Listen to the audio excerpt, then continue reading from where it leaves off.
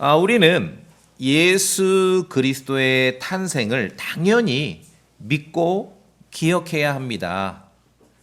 그리스도의 탄생은 성경의 사실이고 성경의 진리입니다. 예수 그리스도께서는 사람으로 태어나셨고 십자가에 죽으셨습니다.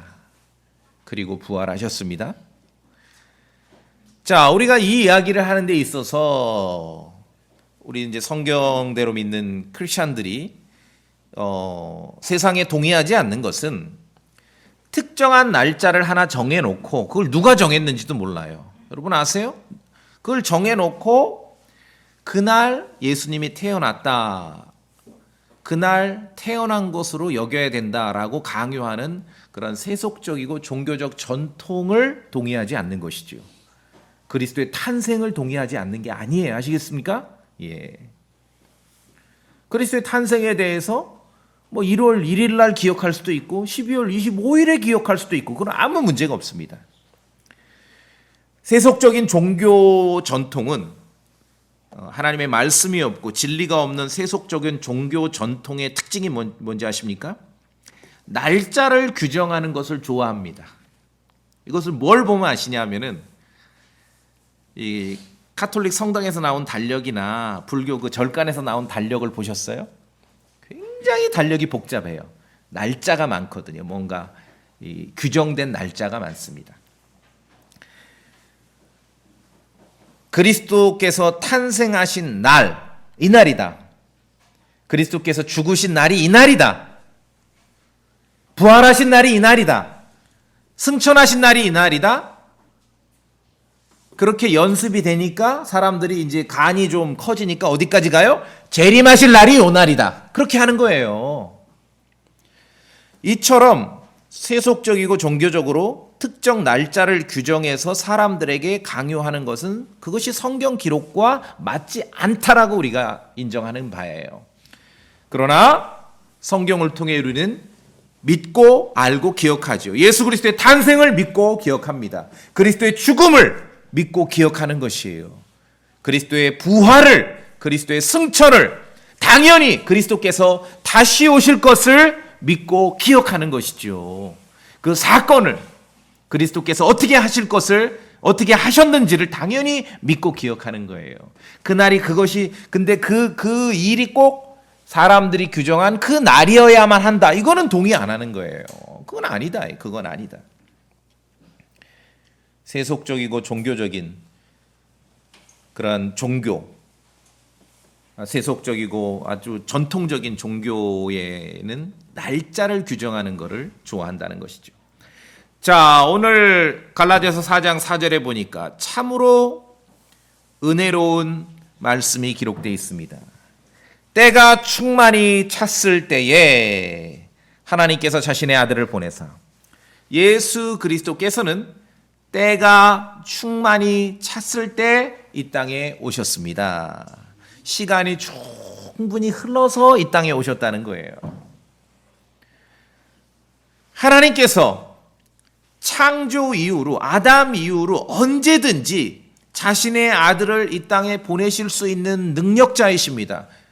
능력이 부족해서 안 하시는 게 아니에요. 그렇지만 때가 충만히 차야지만 찼을 때 아들을 보내신 것입니다. 약속하신 시간이 되었을 때 아들을 이 땅에 보내신 것이에요. 인간의 역사 속에서 모든 조건이 갖춰졌을 때 그리스도께서 이 땅에 오셨습니다.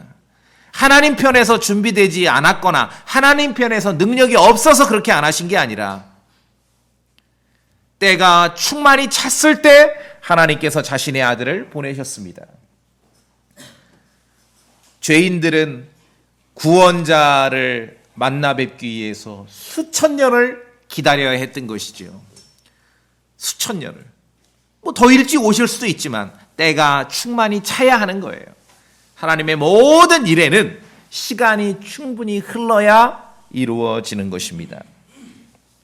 사람 편에서 준비되지 않았기에 시간이 충분히 흐르기를 기다려야만 했던 것이죠.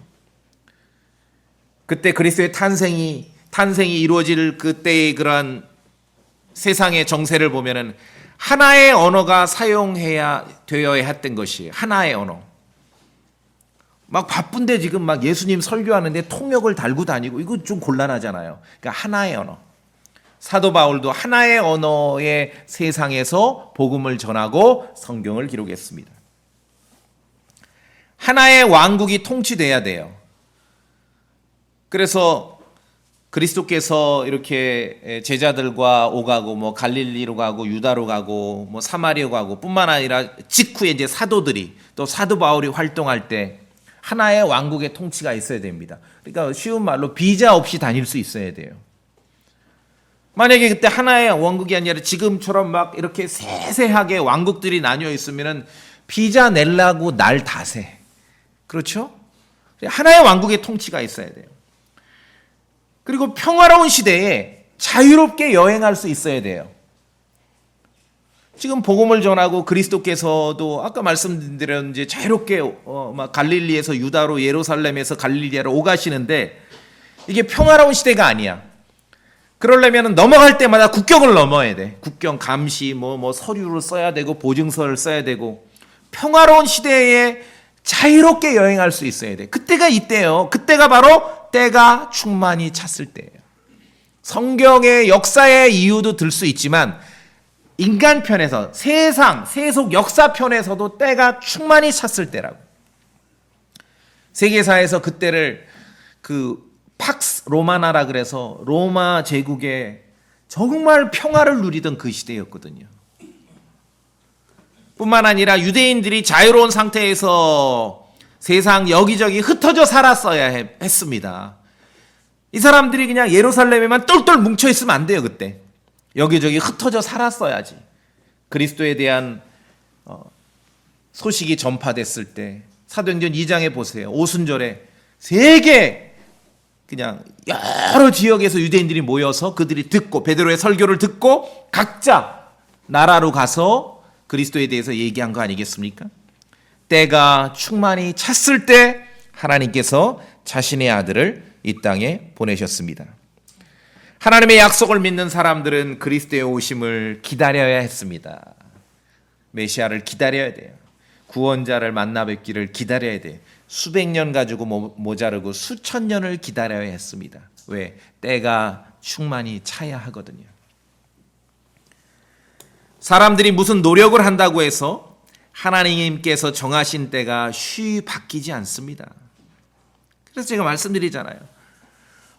탄생의 날을 그거 하나를 이렇게 찍어서 얘기하는 거 그걸로 그치면 괜찮은데 탄생의 날을 찍다 보면은 죽으심의 날도 찍지요. 이거 엄청 심각한 신학적 문제예요. 언제 죽으셨는가?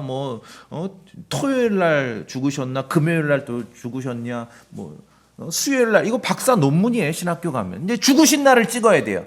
그러다 보면 부활의 날도 찍어야 돼요. 여기에 동의 안 하는 이유가 말씀드렸잖아요.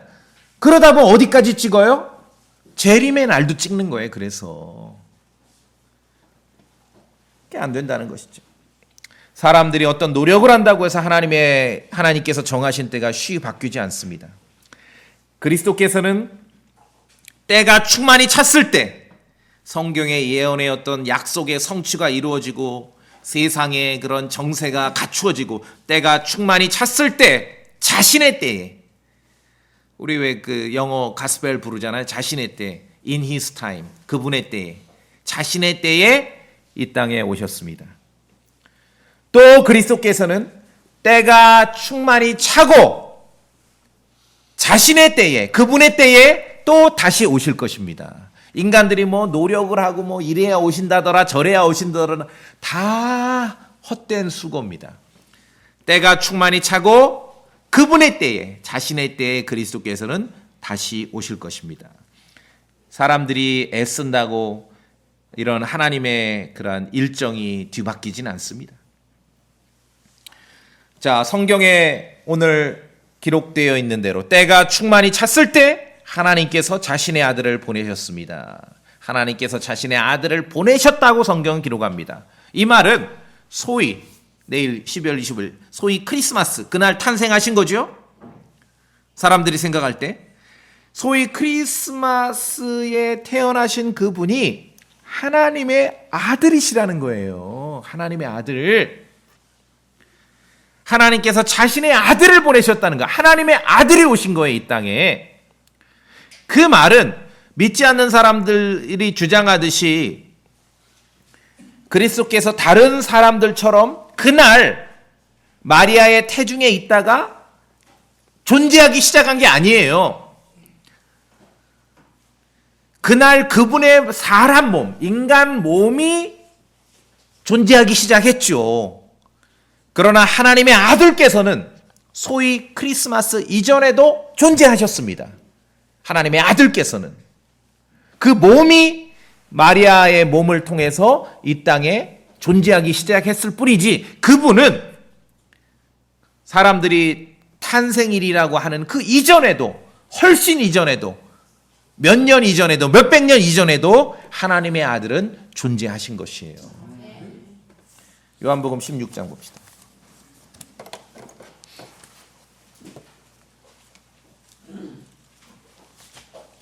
요한복음 16장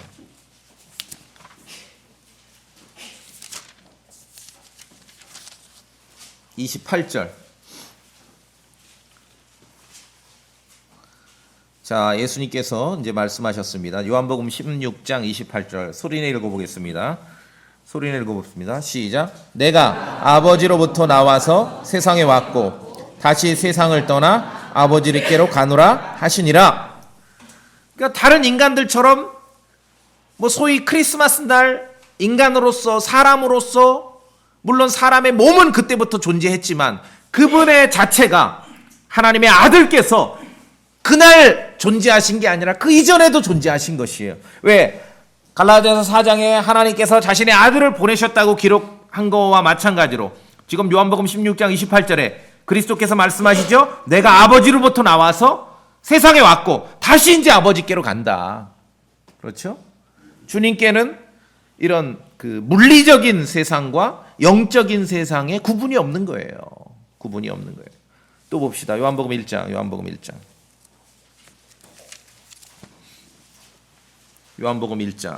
1절. 요한복음 1장 1절 읽겠습니다. 요한복음 1장 1절. 요한복음 1장 1절.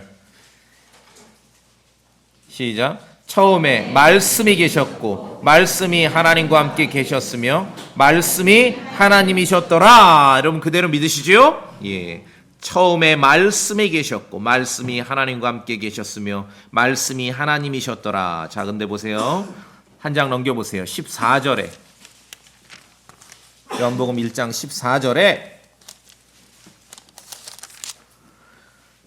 14절 말씀이 육신이 되어 우리 가운데 거하심에 은혜와 진리가 충만하더라.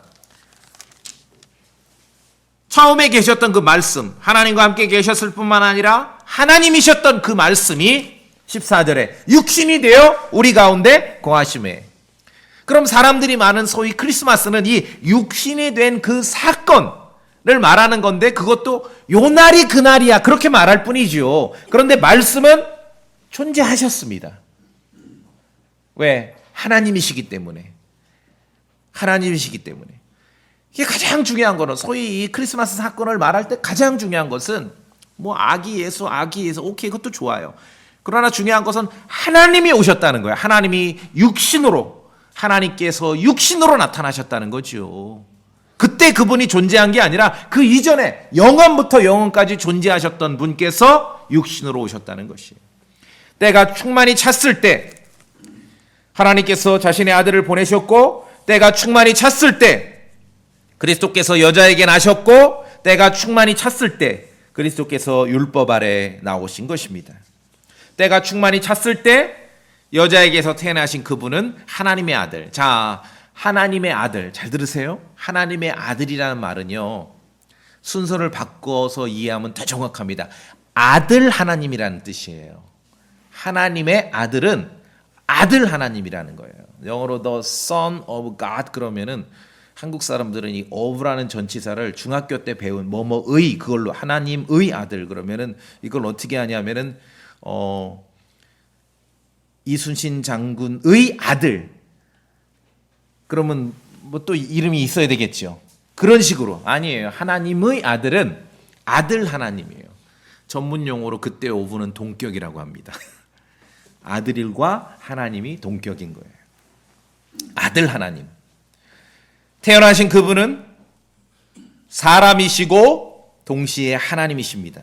자, 우리가 이제 우리말로 하나님 God 그러는데요.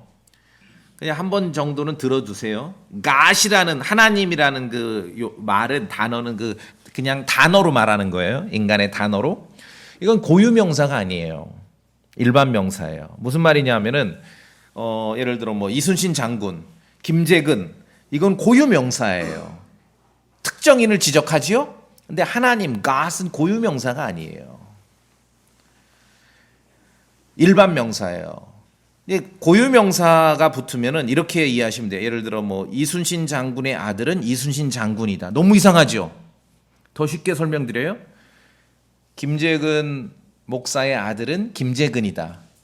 뭐 제가 정말 특별하게 생각하지 않는 이상은 내 아들 이름을 내가 김재근인데 아들 이름을 김재근으로 지을 리는 없을 거 아닙니까? 그러니까 고유명사는 너무 이상한 거예요. 그런데 이게 이름이기 때문에. 자, 그런데 보세요. 뭐 사람의 아들은 사람이다. 이상하지 않죠? 이해가 약간 덜 오는 분들을 위해서 제가 다른 예, 약간 이거는 좀 듣기에 따른 좀 불경할 수 있는데,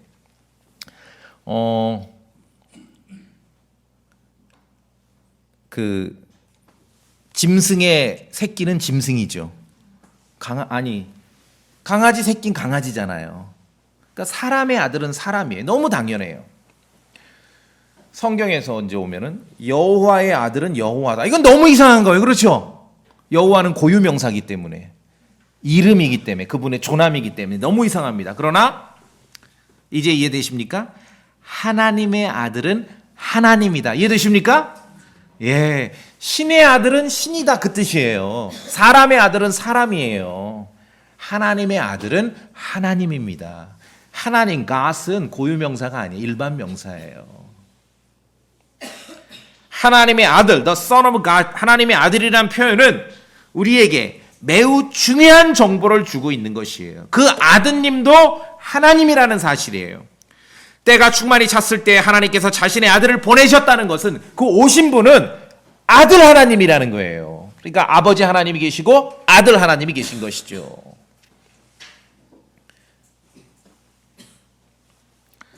하나님 아버지 하나님께서 아들 하나님을 이 땅에 보내신 것입니다. 하나님의 아들이란 뜻은 바로 아들 하나님이란 뜻이에요. The Son of God. 그래서 예수 그리스도께서 내가 하나님이라고 믿는 거죠.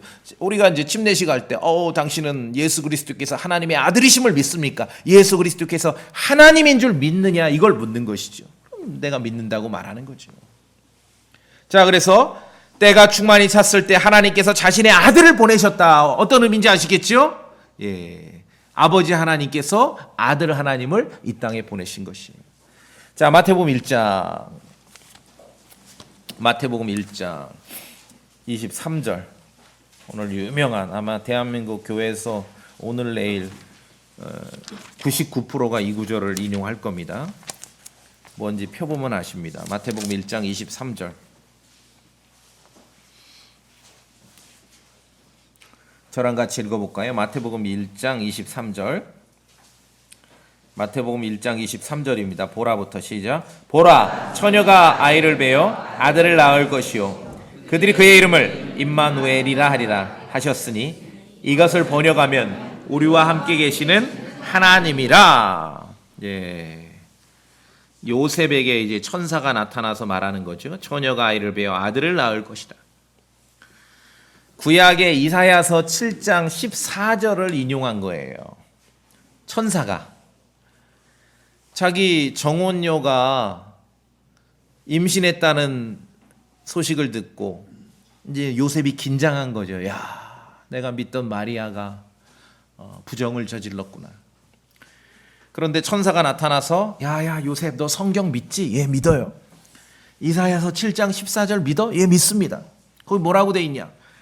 처녀가 아이를 베어 아들을 낳는다. 너 요셉 성경 믿어? 믿지요, 당연히.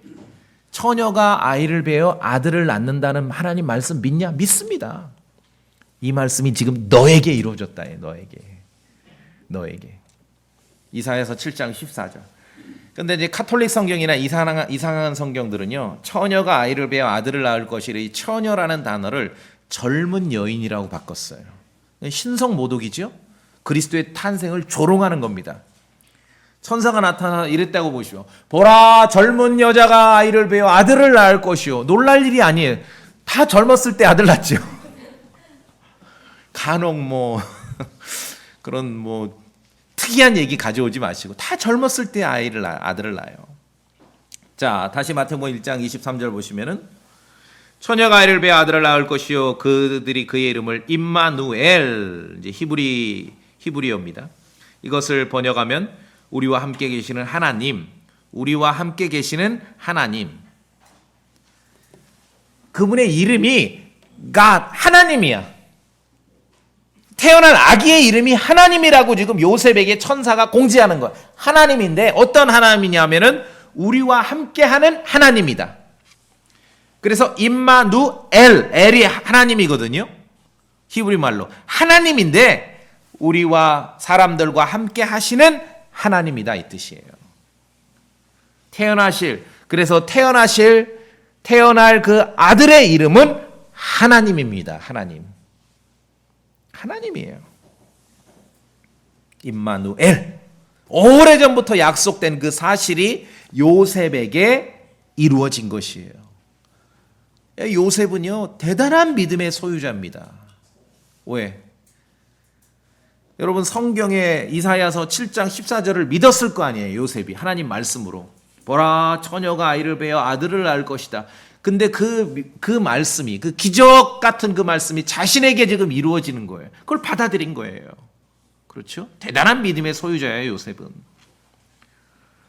태어나실 그분은 하나님입니다. 성경이 반복해서 우리에게 알려주고 증언합니다. 하나님의 아들 하나님께서 사람으로 이 땅에 오신 것입니다. 창조주께서 어린아이로 이 땅에 오신 것이에요. 자, 그래서 오늘 갈라디아서 본문을 다시 보시면 때가 충만히 찼을 때 하나님께서 자신의 아들을 보내사 시간이 충분히 흘러야만 이루어지는 일들이 있습니다. 하나님께서는 사람들이 변화하고 발전하고 성장할 시간을 기다려 주십니다. 집안에 상속자가 있는데 아무리 내가 집안의 상속자라도 어린 아이일 때는요, 아무런 권한을 행사하지 못합니다. 아버지가 정할 때까지 가정교사와 감독자 밑에서 배우고 익히고 성장해야 됩니다. 우리 옛날 그 킹제임스 성경 관련한 영화 보면은 왕인데, 제임스 왕인데 아직 그 왕으로서의 충분한 권한을 행사하지 못한 어린 아이니까 스승님이 막 이 왕을 야단치고 때리고 그러잖아요. 그렇죠? 그 뒤끝 장렬한 왕이면 이제 커가지고 그 스승 가만 안 두겠죠? 그러니까 집안의 상속자일지라도 아버지가 정한 때까지는 배우고 익히고 성장해야 돼요. 충분히 시간이 흘러야만 상속자의 지위와 권한을 실제로 가지게 됩니다. 그럼 언제까지요? 세상이 뭐라고 말하고 지금 우리에게 적용하자면 100명에게 물은 100가지 주장이 있는데 성경에서 그냥 가장 일반적으로 정하는 기준은 우리 아버지 언제까지 정하셨습니까? 세상은 18살, 19살, 20살인데 아니에요. 시집 장가갈 때까지. 그게 기준이에요. 성경에서는 그게 기준이에요. 시집 장가갈 때까지.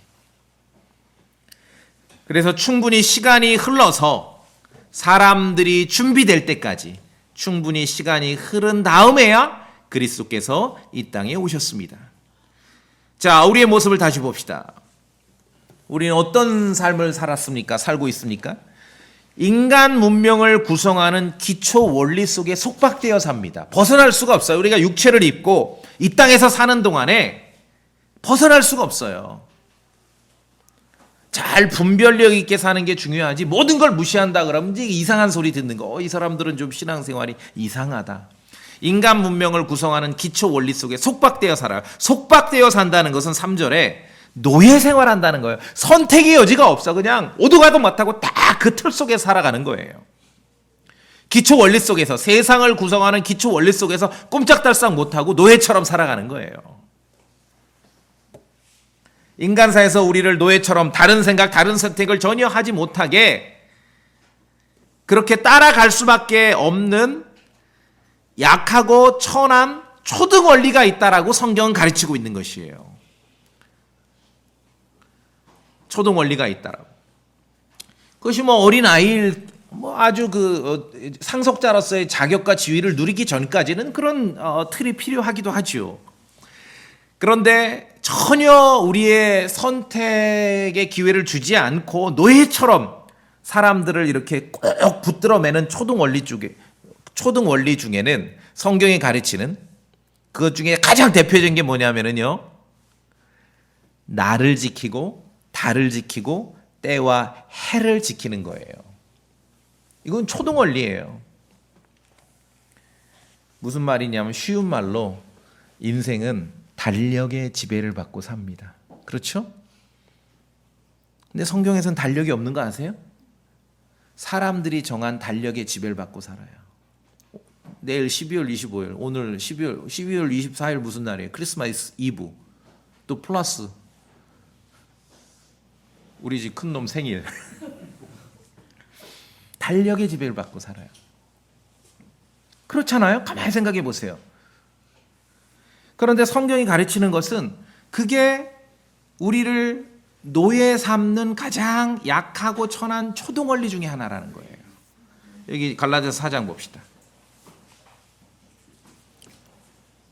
9절, 4장 9절.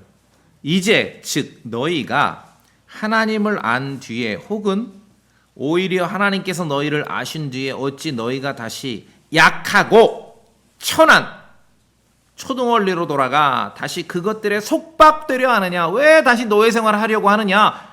우리를 노예처럼 부리는 것, 꼼짝달싹 못하게 하는 것 중에 10절 뭐라고 되어 있습니까? 너희가 뭐를 해요? 날과 달과 때와 해를 지키니. 달력의 노예로 살지 말라는 거예요. 달력의 노예. 이건 우리가 정말 믿음 생활하고 하나님을 알고 진리를 알고 살아가는 삶하고는 그렇게 동일하거나 일치한 게 아니라는 거지요. 달력의 노예로 살지 말라는 거지요. 그렇게 죄의 노예로도 살고 불법의 노예, 어떤 세상 그런 이 세상 시스템의 노예로 뿐만 아니라 그 속에는 달력의 노예로 사는 거예요. 그렇죠? 거기서도 우리를 그리스도께서 구속하시는 거예요. 때가 충만히 찼을 때 하나님의 아들이 오셔서 우리를 그러한 모든 노예 생활로부터 구속하셨는데 그 중에 하나는 이런 나를 지키고 달을 지키고 때와 해를 지키는 거.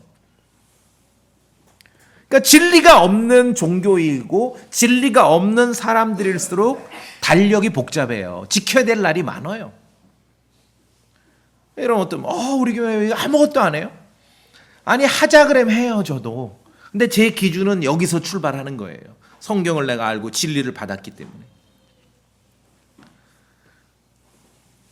인생은 달력에 지배받고 삽니다. 그게 아니라는 거죠. 우리가 믿는 그리스도의 복음은 그리스도께서 거기로부터도 우리를 해방시키시려고 오셨는데 그거 건져내려고 오셨는데 사람들이 그거 거기서부터 건져내려고 오신 날을 자꾸 체크를 하는 거예요. 이 날. 이해되시죠? 예. 달력에 지배받고 삽니다. 그러다 보니까 계속 사람들이 어느 날까지 찍어요? 말씀드려요. 오시는 날, 재림하는 날까지 자꾸 찍는 거예요. 달력으로. 그렇게 하지 말라는 거죠.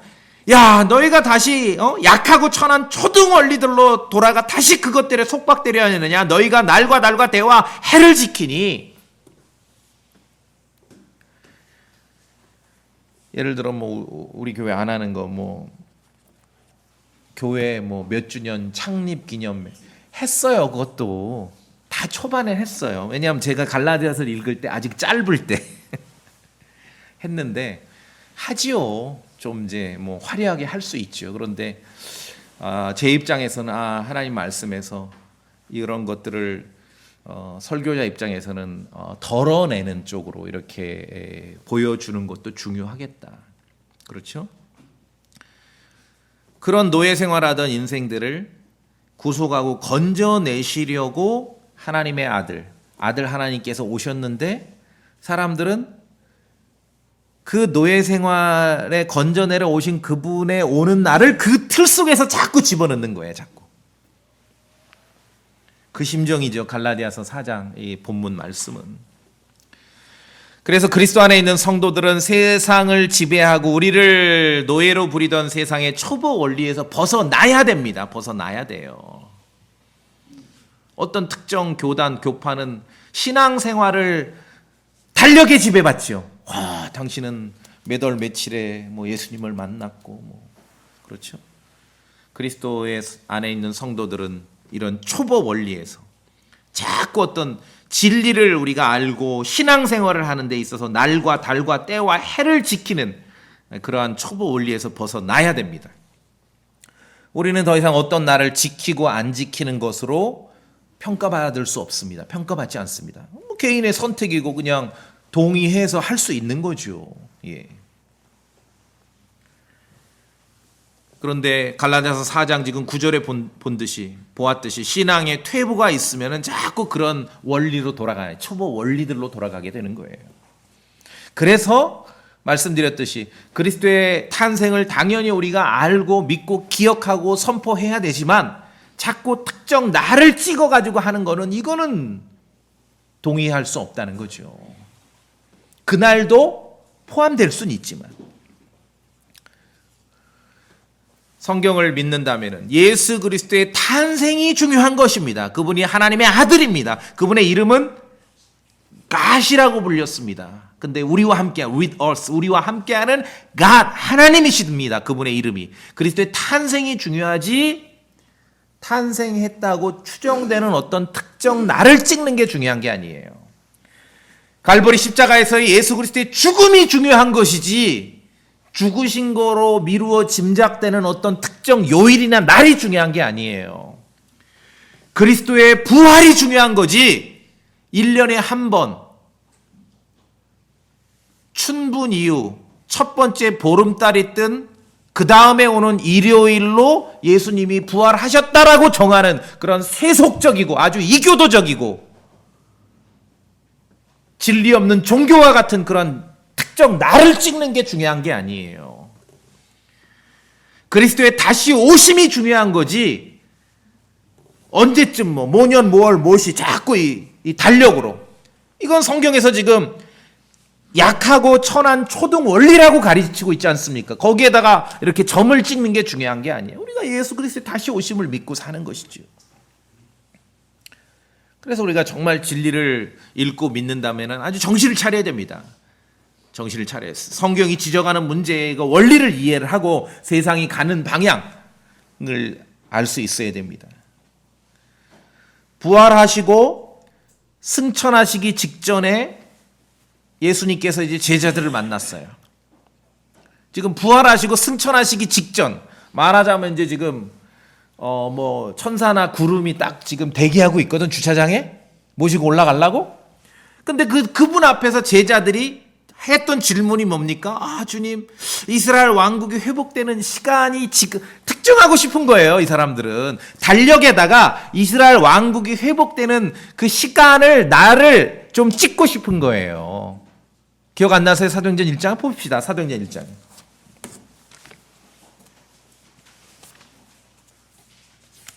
사도행전 1장.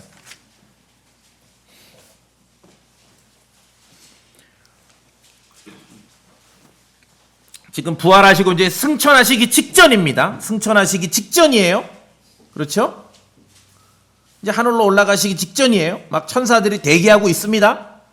자, 그런데 사도행전 1장 6절에 뭐라고 묻습니까? 제자들이. 그러므로 그들이 함께 왔을 때 그분께 여쭈어 이르되 주여 주께서 이때 그 왕국을 이스라엘에 다시 회복시키려 하시나이까 하며, 그러니까 이스라엘 왕국이 다윗과 솔로몬 시대의 그 왕국이 그 영광이 회복되는 게 지금이냐 이때냐, 그 날을 특정하고 싶은 거예요. 언젠지 되게 궁금하죠. 제자들도 마찬가지예요. 그렇죠? 지금 신앙생활하는 많은 크리스찬들이 예수 그리스도의 재림을 말하면은 언제 오시냐고 물어요. 이게 어떤 인간의 속성이, 그게 바로 세상의 그런 약한 그런 세상 원리에 지금 지배받는 것이죠. 그러니까 7절에 예수님께서 대답을 하십니다. 중요한 예언적 사건의 날을 특정하고 싶은 제자들에게, 달력에다가 표시하고 싶은 제자들에게 사도행전 1장 7절에 답을 하십니다. 같이 읽어볼까요? 시작. 그분께서 그들에게 이르시되 때나 시기는 아버지께서 자신의 권능 안에 두셨으니 그것들은 너희가 알 바가 아니요. 와, 너무 멋져. 알 바가 아니로. 그렇죠? 니들 할 일이나 해라. 저는 그때를 알아요. 알려드려요?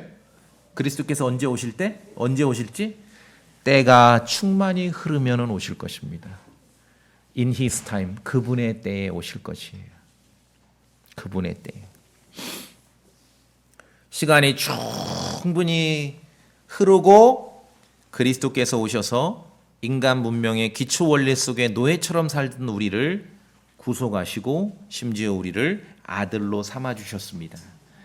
그리스도께서 오심으로 율법 아래에 있던 사람들이나 세상 문명의 기초 원리 속에 살던 사람들이나 모두 구속하셔서 아들로 삼아 주셨어요.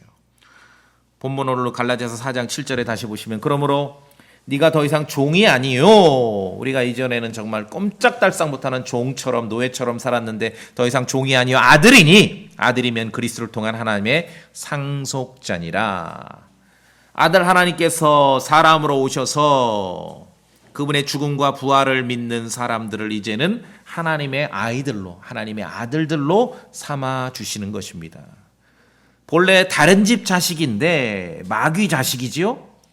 하나님 집안의 아들로 받아주셨기 때문에 우리는 그것을 인간의 표현으로 말할 때 5절에 있는 것처럼 입양을 하신 거예요. 우리가 아들로 입양을 받게 하려 하심이라.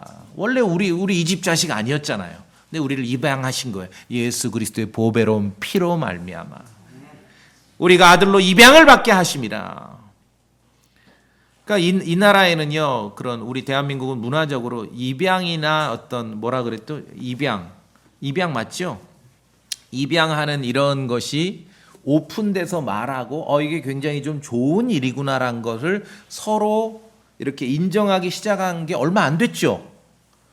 그만큼 성경의 진리에 공감이 안 된 거죠. 하나님의 말씀은 입양에 대해서 2000년 전부터 하나님께서 먼저 하시는 그런 좋은 행위로 우리에게 알려주셨는데 인간들은 이걸 거부한 거예요. 그래서 어릴 때 진짜 생각해보면 어릴 때 옆집에 친구인데 몰랐어요. 저는 어른들 말로 걔가 주서운 애인지 몰랐어요. 내 친구인데 학교 갔다 와서 어른들끼리 아줌마들끼리 모여 숙덕숙덕하는 얘기를 내가 들었어요. 표현 그대로 주서운 애다. 근데 이게 바뀌었죠. 입양이구나. 얼마나 고귀한 일입니까? 고귀한 일이에요. 자, 그리고 소위 크리스마스와 관련해서 자주 등장한 단어가 그래서 아들입니다. 아들. 하나님의 집안의 아들로 입양해 주신 것이죠. 그리스도께 아들 하나님께서 오셔서 우리를 그렇게 대우하시는 것입니다.